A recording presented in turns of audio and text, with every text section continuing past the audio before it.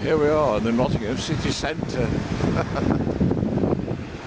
Let it snow, let it snow, let it snow.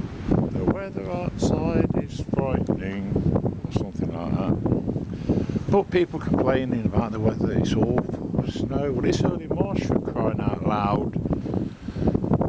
At my age, and the wind's blowing, at my age I've seen this kind of weather in early March for the past 73 years.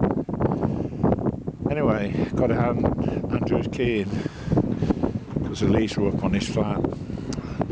I'm always here for him. Have you noticed?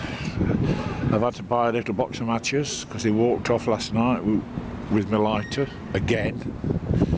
Anyway, Starbucks are down the road, but I'm not going in there. I don't like that. Their coffee, it's horrible.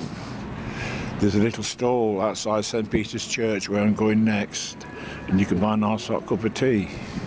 Oh, what's he carrying? Yeah.